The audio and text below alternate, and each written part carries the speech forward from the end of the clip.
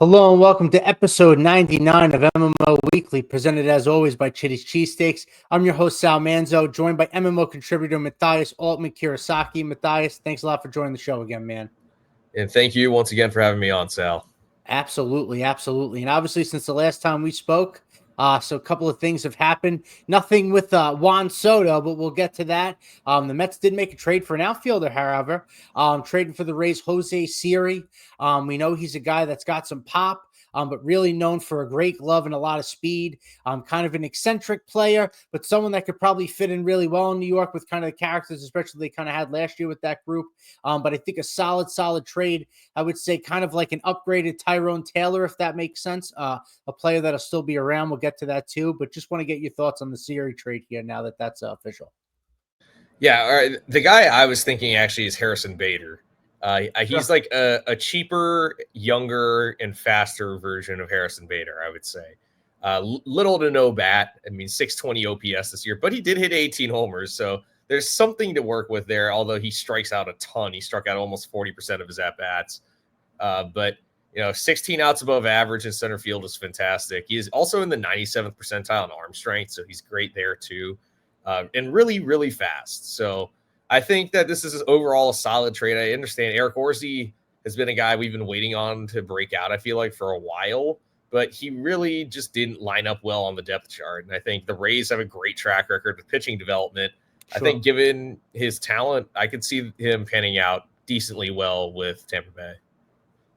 Yeah, and I believe Siri's a guy that has some control as well. Yep. A couple of years left. So, it's a young, controllable player. Like you said, I like that a lot, kind of being that Harrison Bader replacement and seeing what happens in the outfield. We'll see here, if, who they acquire and keep acquiring and that sort of thing. But I think definitely a great depth piece that can help this team. Like you said, a guy that really known for being really fast and can track him down in center field. So it should be interesting. Like you said, he's a guy that strikes out a lot. Obviously can run into some home runs. We'll see if that changes, going from the AL East to the NL East, who knows? But like you said, definitely something to work with there that I, think fans should be excited about. I'm sure when they got people got notifications the other day about that, they were hoping it was going to be another outfielder that the Mets were acquiring. But, kind of want to move on from Jose Siri to guys that are going to be here next year with him and some guys that aren't. Tenders and non-tenders happened the other day as well. Mets, I think it was 8 players total. 5 players were tendered, 3 were non-tendered. The 3 that weren't, left-handed pitcher Alex Young, which I think a couple of people maybe might have been surprised at, considering the Mets just kind of need arms. And then Grant Hartwig and Alex Ramirez. Hartwig, I know, pitching prospect, and Alex Ramirez, outfield prospect. I feel like people have heard his name a lot the last couple of years. That, a lot of potential raw power, speed, that kind of thing, and just didn't pan out. So obviously Mets part ways with him. But, as far as the tendered players, I don't think there's a lot of surprises. Paul Blackburn, David Peterson, Tyrone Taylor, Tyler McGill, and Luis Torrens. And they also signed Sean Reed Foley. Obviously didn't get tendered, but that has something to do with that as well. So just kind of want to get your comments on the moves the Mets made the other day with us. I think the only real surprise is Alex Ramirez. Sure. Because as recently as 2022, he was a top prospect. I believe he was in the top 100 in all of baseball, but it's just the last 2 years have been a real struggle. He still has great arm strength. I saw him play in Brooklyn last year. He threw out a runner at home plate. He is fast, like you said, and he has power potential, but I mean, an OPS below 600 in Double-A this year is just not going to cut it. Sure. So, it does take me a little bit as a surprise because, like I said, he's young. He was a top prospect recently, but unfortunately with the depth, the outfield depth they have, with guys like Drew Gilbert, he doesn't really stack up well in the organization. And then, Alex Young was due, I think, over $1 million, and he barely pitched in the majors this year. So not too surprised there. And same with Grant Hartwig. I really wanted Hartwig to succeed. He's a funky side armor who throws really hard with good stuff in general. He just doesn't have a ton of command, and then he was hurt most of this year. So, seeing him get non-tendered isn't all too surprising. I was curious to see what they would do with Sean Reed Foley. I'm glad to see him stick around because I think it's another guy who has a lot of potential. If he could just stay healthy. It's the thing. He just hasn't stayed healthy the last few years, the Tommy John surgery and then missing most of this year. So I really hope he does stay healthy because I think he can turn into a high leverage reliever, sort of the way Reed Garrett did this year. But yeah, Alex Ramirez, I hope he figures it out somewhere. Maybe the Mets bring him back just on a lesser deal, just maybe send him to the lower minors again. But I'm curious to see how he does if he signs elsewhere. Yeah, sure. It'll be interesting. See if a team takes a flyer on that. Or like you said, the Mets could bring him back for a little less and see if he can, find a little bit more of that bat that the Mets could hope. Obviously, just some guys that were tended want to touch on it. Good to see Paul Blackburn. I feel like we didn't see a ton of him, right? After the trade, like, do you feel like there's kind of more there? And the Mets obviously need arms in general, whether it's the rotation or the bullpen. So it's a good thing there. Peterson, I mean, $4.4 million for a guy that, once he came back from that hip surgery last year, just was probably outside of Manaea, the most reliable pitcher the Mets had. So I think that's a nice thing to have. Hopefully he can build what happened last year and really kind of anchor that back end of that rotation for them and keep giving a boost. And Tyrone Taylor, like we mentioned before, obviously kind of the comp or whatever, only good things to have on your bench as far as guys like that for $2.9 million. That's not a bad thing. So, I definitely think the Mets made some good moves as far as the players they decided to keep around. And definitely with Sean Reed-Foley too. Like you said, the main thing is staying on the field. When he can be on the mound and pitch, he's effective. It just, seems like it doesn't seem to happen a lot for him. So if he can, it's another arm that, low floor, high ceiling sort of deal. So, for a couple or not even $1 million, $900K, it's a decent flyer to take there. Yeah, I really think Blackburn, I know there was maybe a slight chance he got non-tendered just because he was injured for most of the last, couple months. And that his overall numbers weren't like jump off the page, necessarily. But, $4 million for a back end of the rotation guy, I think is perfectly reasonable. And I think whether or not the Mets make, super big splashes in the rotation, I think that they should expect him to be the number 5, or if they go to a 6-man rotation, the number 6 guy in the rotation. Yeah, right. Absolutely. And we know that it's not 5-man rotations anymore. It's 6, 7, 8 guys. So, and being able to have quality enough guys to eat up those 6, 7, 8 starters to eat up the innings when you need in between is huge. So if he could be that 5 through 8 or whatever, would be really good. So, it's definitely a good point there. And speaking of pitching, there was a signing today or yesterday. Yosei Kikuchi signed with the Angels. 3-year deal, I believe, was around $63 million. 63, yeah. 63. So, obviously Angels make a move there. He was a guy that was great in the second half after he got traded to Houston.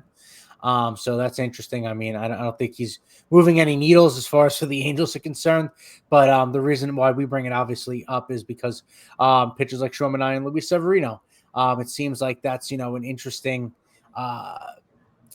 comp as far as money and years and things like that they could kind of receive on the open market. So I was just curious on your thoughts of the signing and then like how that kind of looks as far as the couple of guys the Mets are looking into to bring back. Yeah, so Kikuchi did have a strong finish to the year in Houston. He had a pretty pedestrian first few months with Toronto, 4.75 ERA, but down the stretch, like you said, 2.70 ERA. 76 strikeouts in 60 innings. So he finished the year with a career high 206 strikeouts and also career high 175 and 2/3 innings. So that's pretty good, but he still only had a 99 ERA plus for the year. And for his career, he has a 91 ERA plus. So if those numbers are able to get a guy $63 million on the market, 3 years, $63 million. So you're talking $21 million annually. Then I think this raises the asking price for Manaea and Severino. Severino, both of them rejected the qualifying offer. And I said previously that Severino should probably consider accepting it. Considering he declined it and seeing what Kikuchi got, I think now these guys will both get $20 million annually at least. And I could see Manaea getting up to $25 million annually.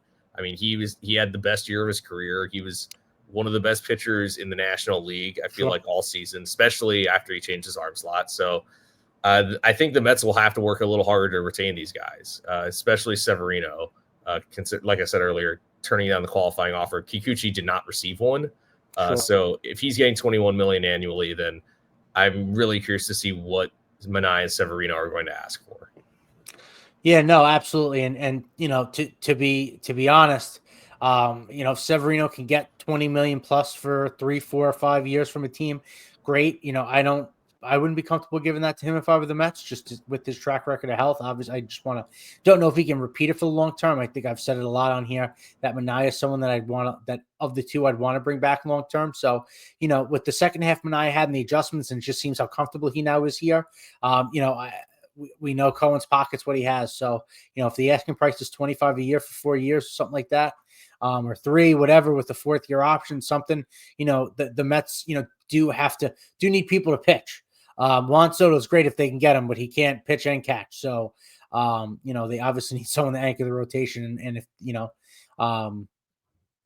they can bring Manaea back if it's 25 million a year, like you said, then you're going to have to do that. They're kind of, the Kikuchi signing, I think, helps forcing. I don't know if I want to say force the Mets' hand, but just gives Manaea more leverage in the sense that, like you said, if that's what someone like Kikuchi is getting, then Manaea could definitely has the leverage as far as asking price.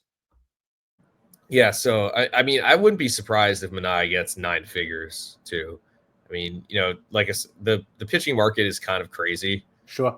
Last year Severino was coming off the worst year of his career, still got 14 million. Manaea had a couple of inconsistent years, still got 14 million annually. Sure. Now, if we're seeing, guys have, like I said, a 99 ERA plus, and I think Kikuchi was definitely making strides and his underlying metrics were very good. But if he's getting 21 million annually and Nick Pivetta got the qualifying offer and rejected it, then the pitching market is going to go crazy this offseason. I mean, it's in such high demand, I feel like, all year. I mean, you can never have enough arms on your staff a lot of guys are going to get this type of contract, I feel like.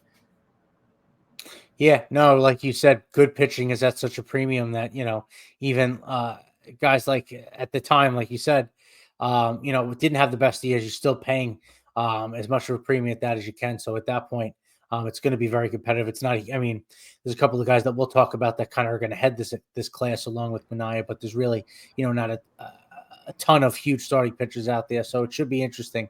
And obviously it'll be good for Manaea and Severino's bank account. We'll see what happens. But obviously there's another free agent that the Mets are looking at. Don't know if you've heard of him, Juan Soto. Teams are meeting with him. I don't know. They're taking him on like pony rides. They're taking him out to dinner. They're like, making storybooks for him, doing all these pitches and everything. It's crazy at this point. It's kind of just getting to the point where you just want to know where he's going to sign. Cause it's just, you feel like you're talking about the same thing over and over. But I did see something that of all the teams that met with Juan Soto, the Cohen and the Mets were the only ones that didn't go to Boris's compound or whatever. Just want to get your thoughts on that. If there's anything to read into, I'm sure there isn't, but we can talk about it. Yeah, I mean, the speculation has been going crazy lately. I mean, there's the whole, Juan Soto's, or was it Alex Cohen is following Juan Soto on Instagram, or Juan Soto's ad today that he posted for Celsius. That was crazy. Yep. At this point, like you said, I just want to know where he's going. But I do think the Mets have a good chance still. And honestly, I would say they should be the favorites. I mean, they have the checkbook to do it. Steve Cohen can spend what he wants here.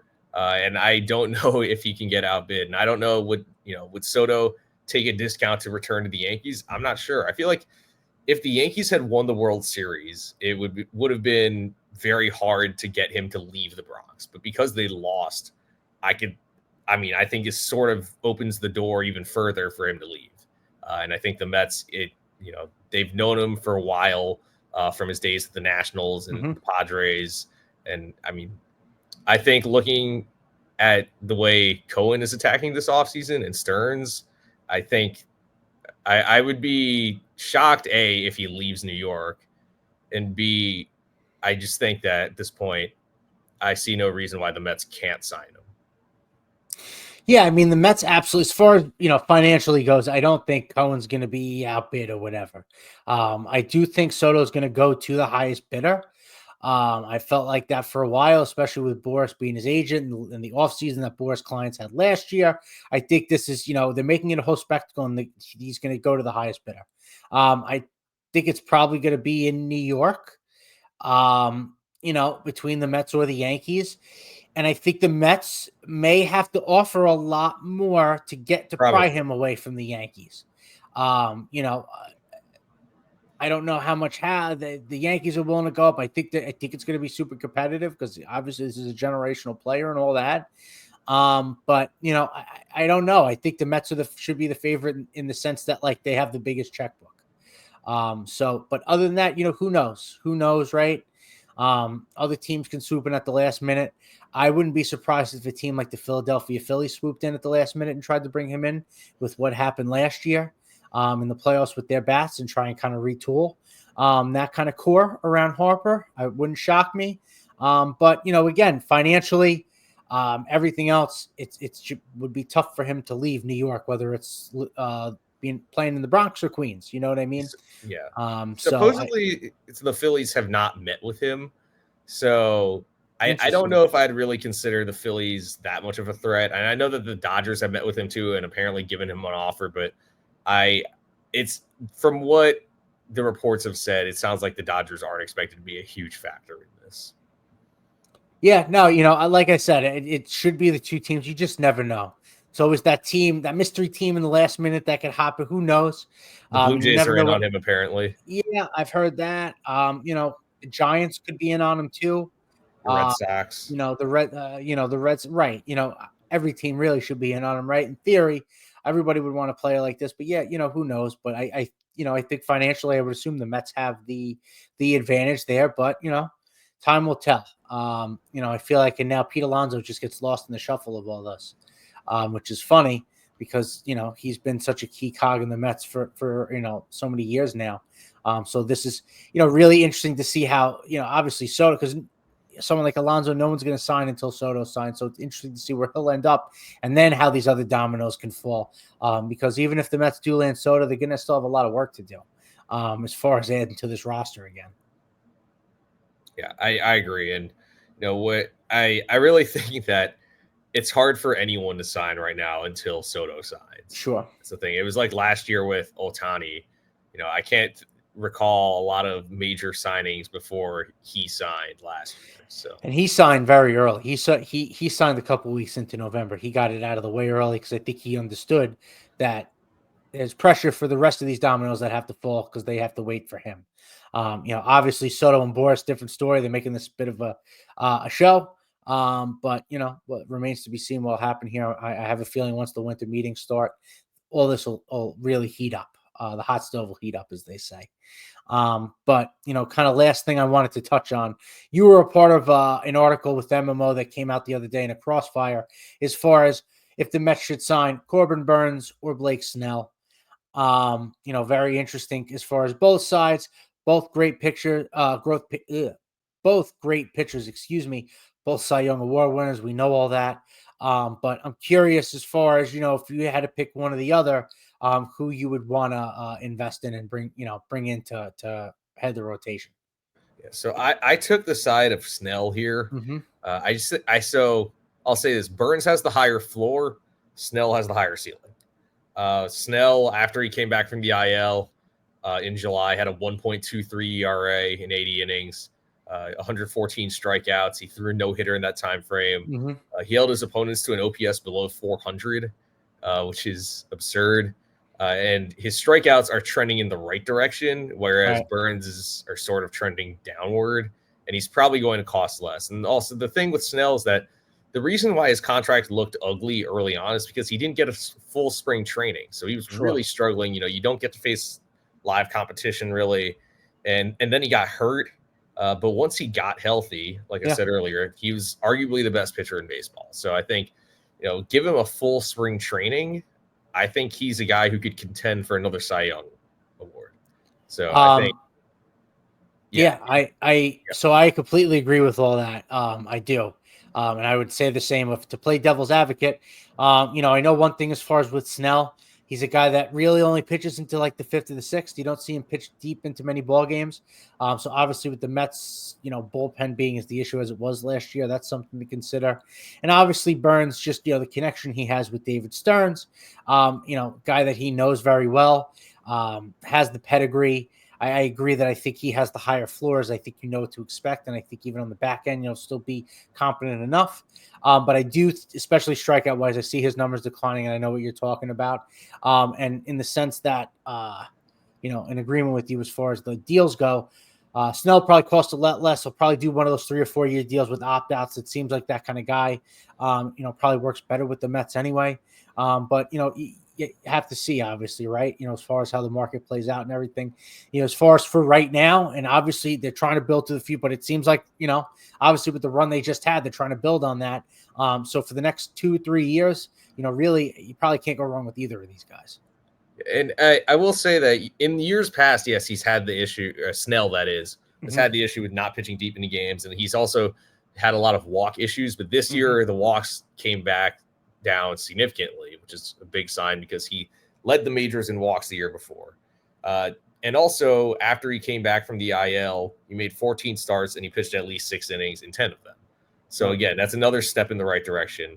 I understand Burns is more of a workhorse. He, in general, throws more innings. But like I said earlier, I think the ceiling, if you're going for someone with a higher ceiling, it should be Snell. If you want a guy who with a higher floor, maybe can just consistently give you 120 to 130 ERA plus, and you can count on that for 5-6 years, then you probably want Burns. Yeah, no, I would definitely agree with that. And obviously I would think you're going to try and couple them with a Manaea or Severino, more out of need than anything else. So it'll be interesting to see how they want to do this. But, I think the stove is definitely going to start heating up soon enough. Once the winter meetings come around, I think that's when everything's going to get going. And it should be pretty exciting offseason at that once that happens. Yeah, and I'm definitely looking forward to see, maybe they swing another trade. Maybe they go for Garrett Crochet. I know that they've been interested in him. That's another risky arm. 209 strikeouts this year, but not a lot of innings. They had to limit his innings because, he's had Tommy John before. But there are guys like Crochet. Maybe you look for a savvier trade, maybe for a lesser known guy. I know that Stearns likes those type of deals. I mean, that's how they got Phil Maton this past year. Reed Garrett was sort of a project guy that they got the year before. So I'm really curious, both big and small. I think Stearns has a lot up his sleeve this offseason. Yeah, no, absolutely. Between, moves like you said, like that, more savvy side, and with the financial power that they have, it should be very interesting. So, hopefully things start, like I said, come once December comes around, the winter meetings come, things will start heating up. It should be interesting here, but that's going to wrap everything up for us. Obviously we'll catch you up as far as things heat up here. We'll catch you up with everything that the Mets do here in the offseason and keep rolling till spring training. So everyone have a great Thanksgiving. And as always, let's go Mets.